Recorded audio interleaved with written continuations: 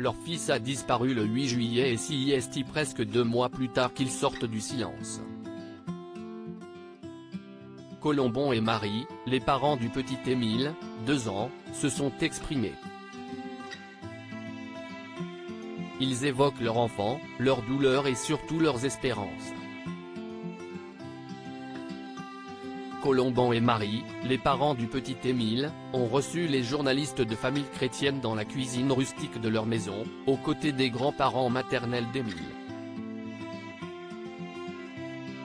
Eux, tant critiqués de se murer dans le silence depuis la disparition du petit garçon, le 8 juillet dernier, parlent enfin.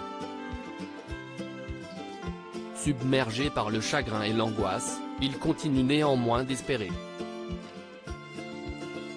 Un espoir qu'ils tentent de conserver alors qu'ils imaginent forcément le pire. On ne peut s'empêcher d'espérer, confirme le père. Un quotidien fait d'attentés qui est très compliqué pour la famille. Parfois, nous sommes submergés par le chagrin et l'angoisse. On désespère un moment, et ensuite on est comme soulevé par l'espérance, a expliqué Marie. Ce qui leur permet de continuer à ne pas sombrer est donc l'espoir et leur croyance fervente en Dieu. Nous continuons à implorer le Seigneur. Nous ne tournons pas la page et nous continuons à espérer, a indiqué le père d'Émile. La famille tout entière demande à Dieu un miracle. Le clan du jeune Émile a aussi fait savoir qu'elle faisait confiance au travail des gendarmes chargés de l'enquête.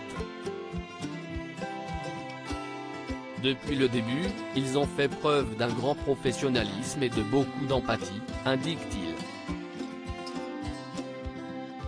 Une famille repliée sur elle-même depuis le début de l'affaire, la famille ne s'était jamais exprimée, ce qui, pour certains, semblait suspect. Même au village du Vernet leurs agissements, ou plutôt leur silence, faisaient jaser. Ce ne sont pas des gens qui se mélangent, avait déclaré un voisin à Ouest France. Même lorsque la famille d'Émile se permet une sortie pour occuper la petite sœur, Alaïs, qui a 1 an, cette dernière n'échangeait pas avec les membres de la communauté. Il ne parle à personne, sauf au maître nageur, avait confirmé une habitante à BFM TV. François Balic, le maire de la ville, avait pour sa part pris la défense du clan. Cette famille est avant tout victime. Et le fait qu'il soit croyant ou qu'il ait telle opinion politique, n'a rien à voir avec l'affaire, avait-il déclaré.